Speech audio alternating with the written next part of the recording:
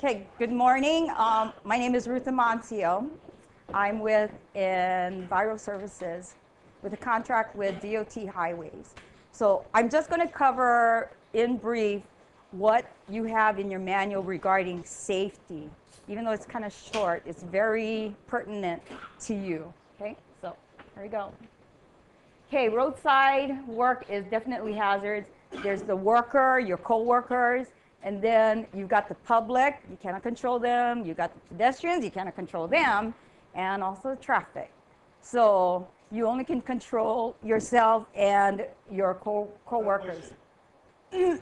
You know, they're really trying to pass with the cops about the towing on the lights or something.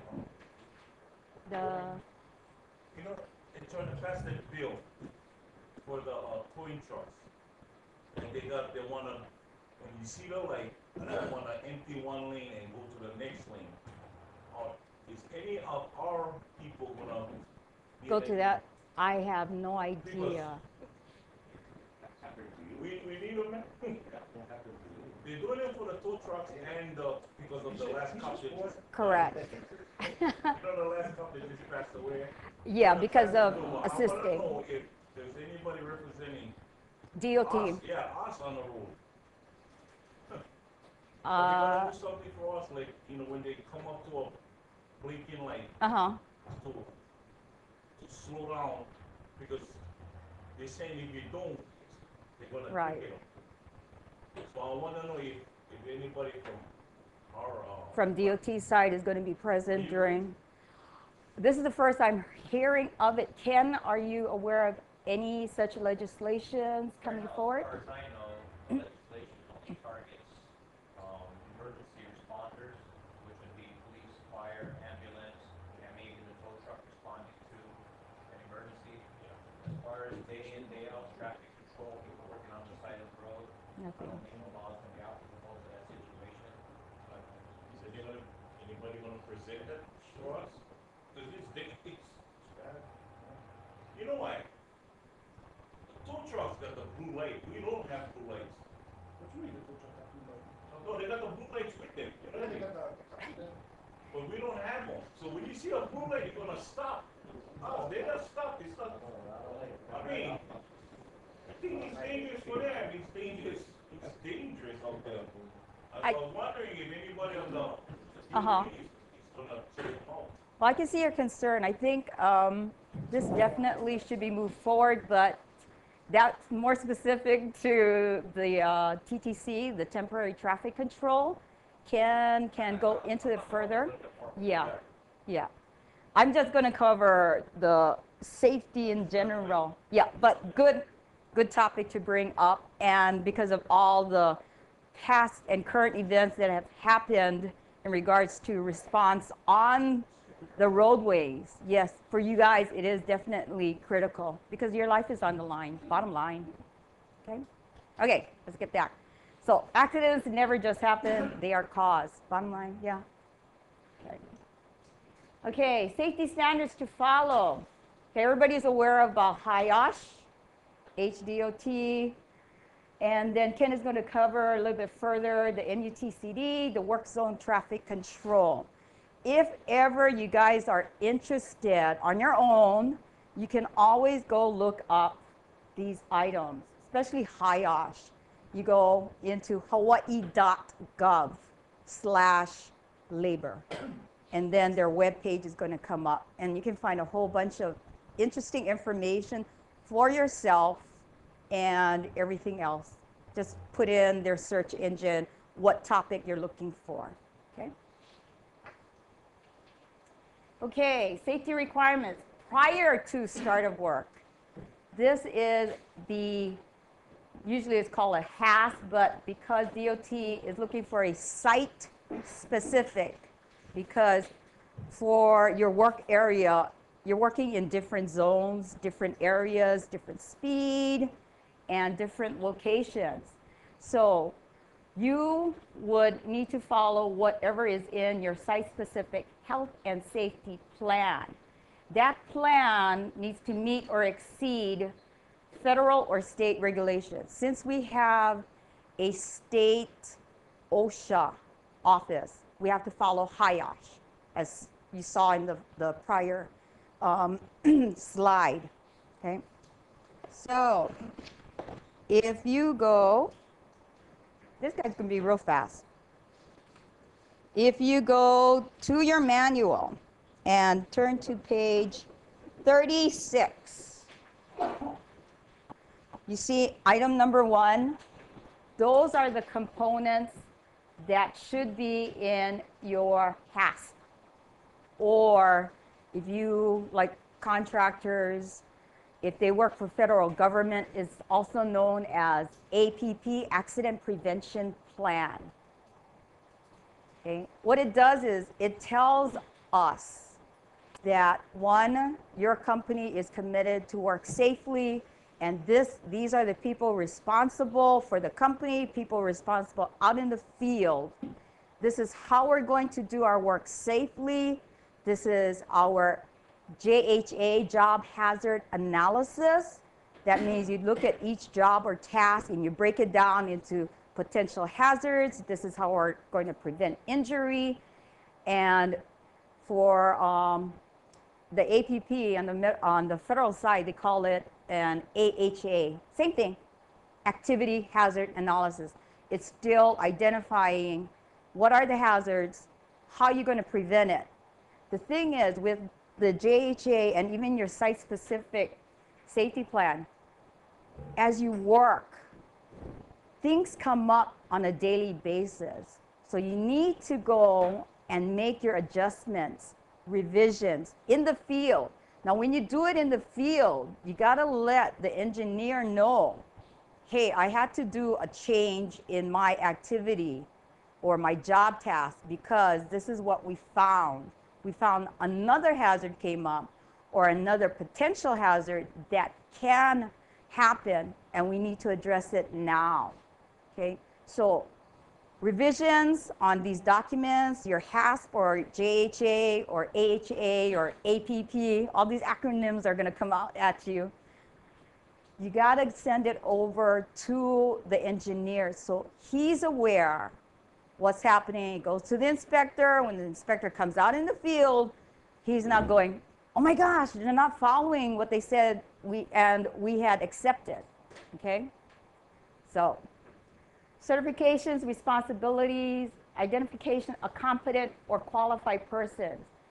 For certain standards that HIOSH or OSHA has, you need to have competent people. If you have, say, a forklift operator, they need to be a competent person. They need to go in for formal training and come out with a card.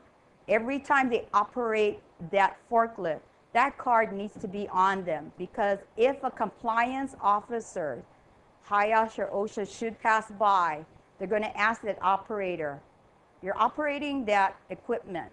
I want to see that you are certified to do so. You know the hazards, how to work it, what to do regarding maintenance, if something should break down, you know, the whole 9 yards. So that card has to come out, okay?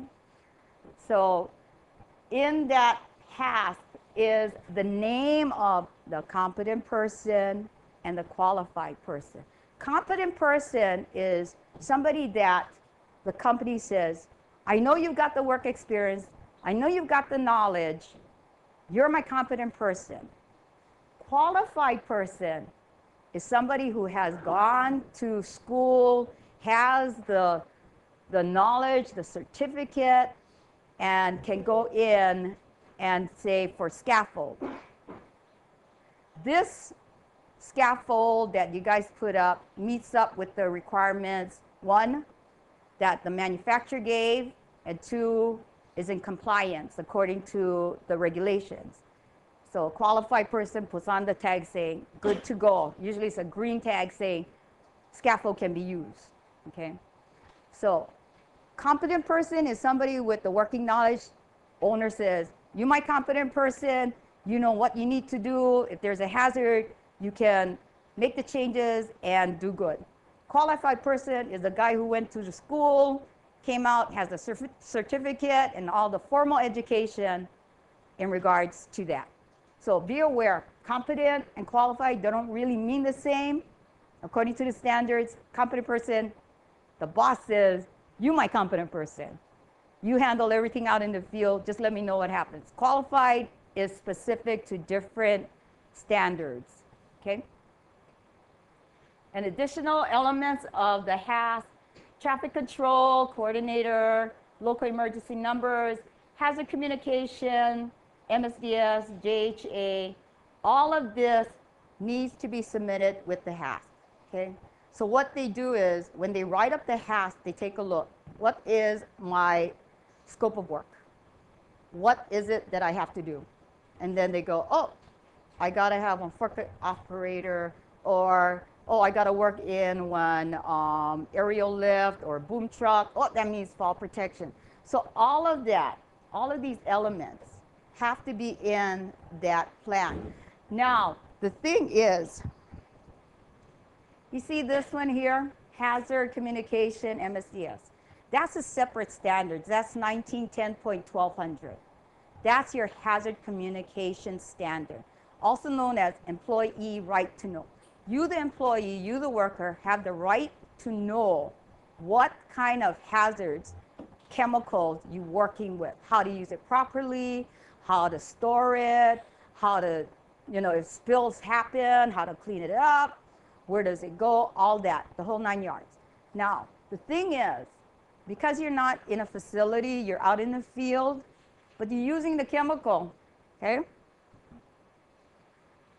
That MSDS should be in a binder in your truck.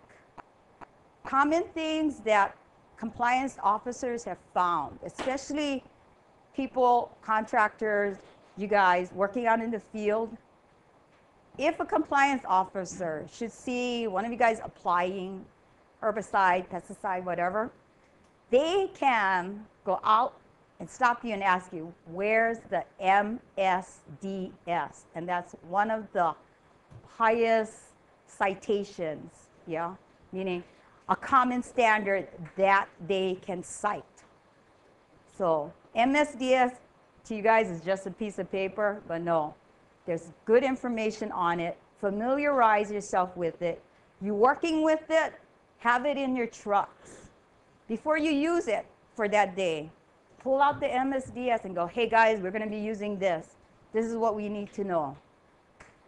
Whoever the applicator is, they need to know how to apply it. Everybody else needs to know, stay away from it, okay? So please read the MSDS and have it readily available. That's what the standard says. Whenever somebody's using a chemical, it needs to be readily available. You guys are out there in the field. It's kind of hard to say, oh, stay back at the office, stay back at the shop. The compliance officer is not going to accept it. You got to have this.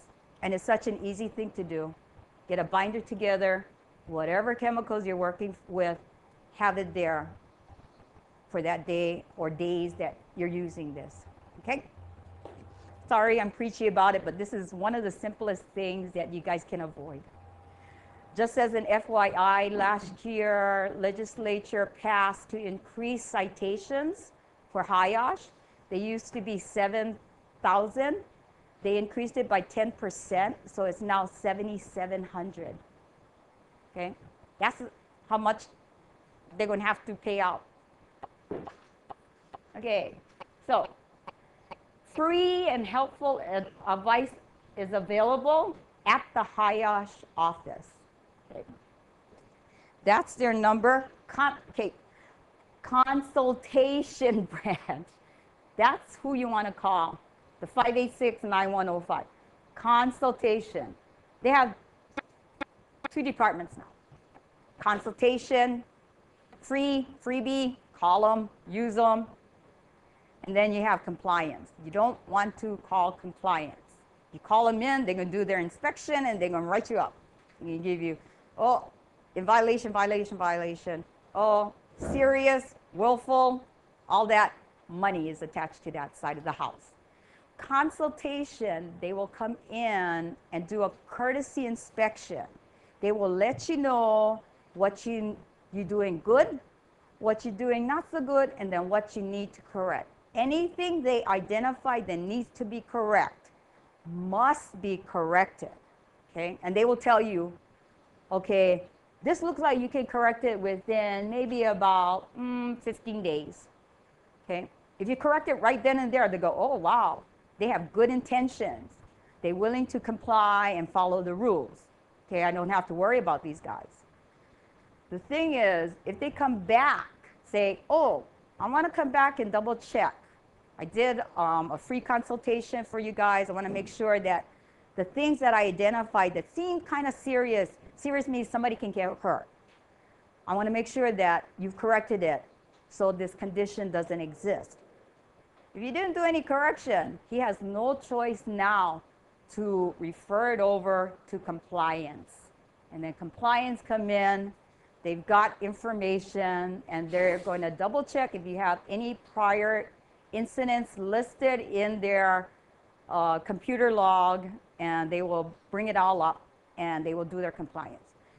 One thing when the consultation happens, if there is a life-threatening condition, saying there's potential for somebody to get killed or die or a fire or an explosion, they have to call compliance. So that's the, double standards behind it.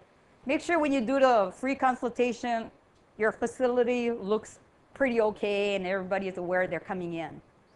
So it's a double-edged sword. But it's good to have them because when you call in consultation, compliance cannot come in for 30 days. That's just an agreement they have in-house. So your name is on their record, and then say compliance comes up with your name, like Paradise. Oh, consultation came in, I cannot touch them, okay? So it's good to use these guys. They're free, okay?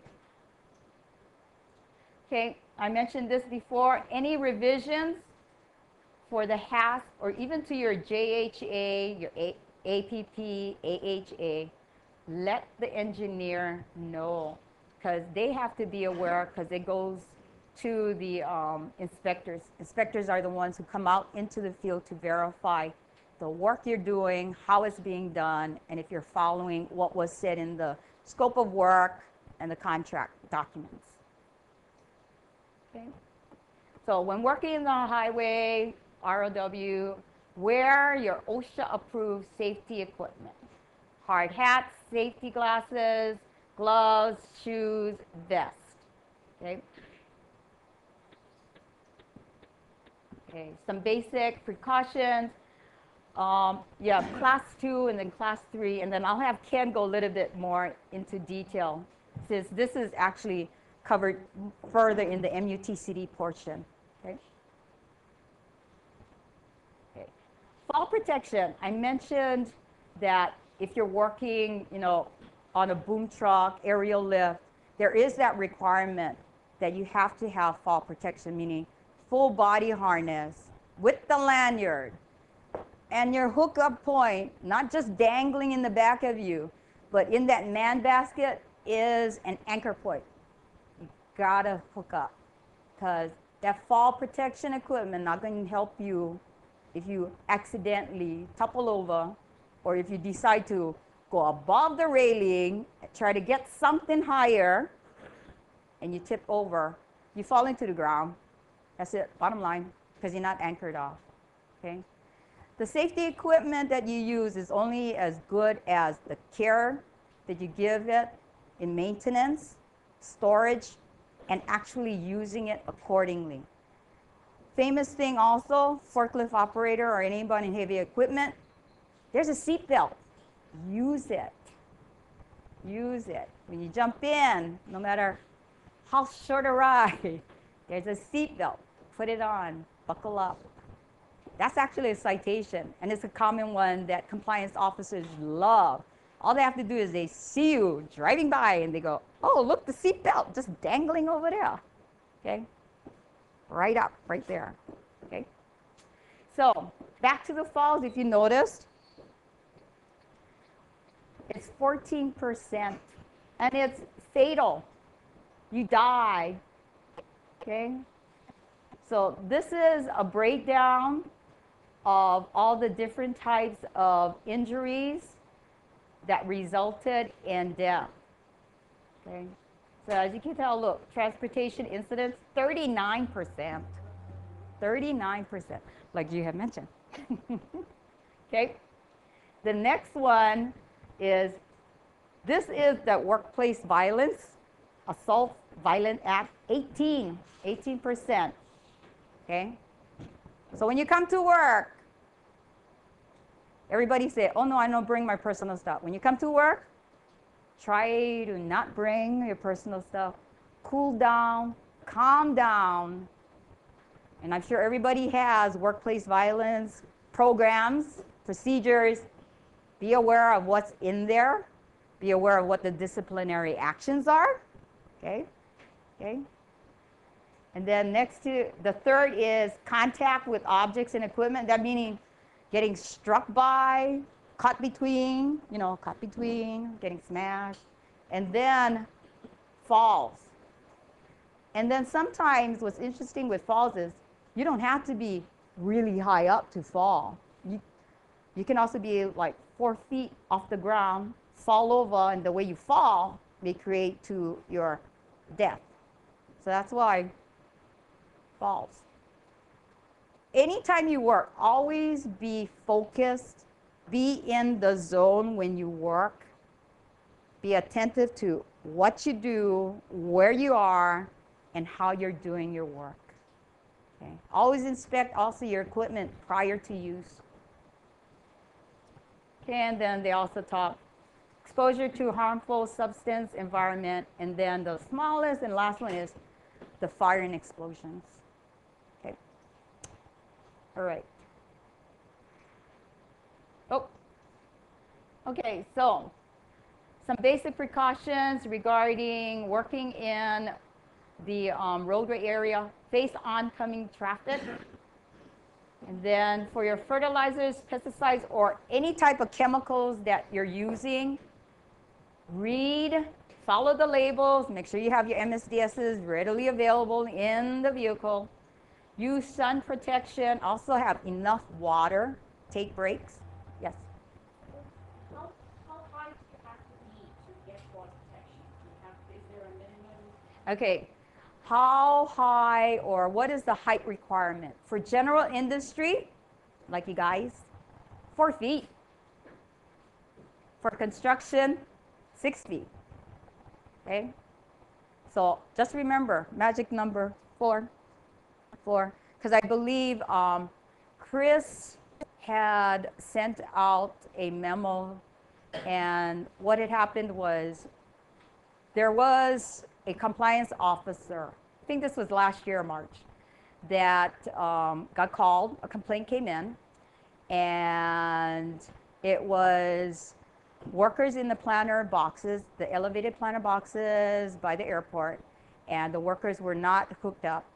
So the compliance officer came by, saw that they were in an infraction, deficiency not wearing, and when he asked the guys, oh, are you aware that this is a fall protection issue? Worker go, yeah. My fall protection over there, not wearing it. So of course, that's a citation. Okay. So because it was our contractor and HDOT, okay, us. So when I came in last year, they asked me, oh, Ruth, can you help out? So I said, let's have a meeting with Jennifer Shishito. So we called a meeting, we sat down with her, and the contention that we had with her was, is this general industry or is this construction? Her compliance officer said, this is general industry, and that's why I said 4 feet. He said, general industry because it's not constructing, you are maintaining what is currently there, and the planter boxes do not have guardrail systems. So we go, okay, so what do you want us to do?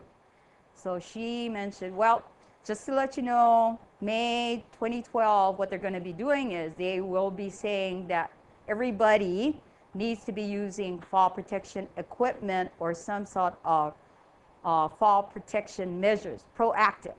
Okay, proactive meaning you got to think before you put up something. If there's a potential for a fall, you either put in a guardrail or you make a system where the guy who's going to work in there will not fall over.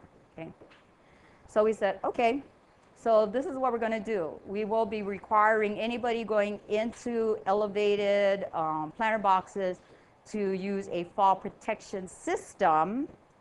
And that's how we were able to get a variance from HIOSH. So that means anybody who goes into these planter boxes need to be in a full body harness, hooked up. No, there is. Hooked up to an anchor point to do the work. What the contractor did is they had met initially with the engineer and were given the information that the planter boxes, the way it's built, they would be able to hook up to the weak point, the drainage area. Yep. So that's how they hooked up. The thing is, if this is the freeway, right, to go to the planter boxes, right, you get the gap. They came up with a ramp, and that ramp also had rail system, so that, I mean, you have to also look at not falling over. So their ramp had top, mid, toe board, okay? And then, yeah, and they also had, I think it was plywood. I think maybe 3/4 inch plywood, okay? So they put that down. The lanyard that they had was a two-legged, a Y, okay, a Y system. So what they did was they hooked up to their vehicle, which is allowed, as long as what they're hooked up to is welded to the truck bed, okay? So they hook up, assemble, he go across, he hook up to the planter boxes. Now he got to go back because he got to work in the planter box. Detach, planter box, do work. Okay, so that means he is protected from falling at all times. It's something new because normally you go just one chicken board or plank, drop them, walk across, do the work, hurry up, done, right? No. And that's a citation if you don't address the fall issues. Talk to the arborist. Okay, so keep in mind, we did have a meeting with HIOSH, and because the compliance officer said that type of work is general industry, height is 4 feet, magic number, 4. That's all you have to remember is number 4. If you reach that 4, you better start thinking of fall protection. But like he said, look for other kind of plants so you don't even have to go in there. Okay? Any other questions on that one? Okay. And then wear your helmets or hard hats where necessary. And then they also talk about safety chaps. Normally that's with the weed eater.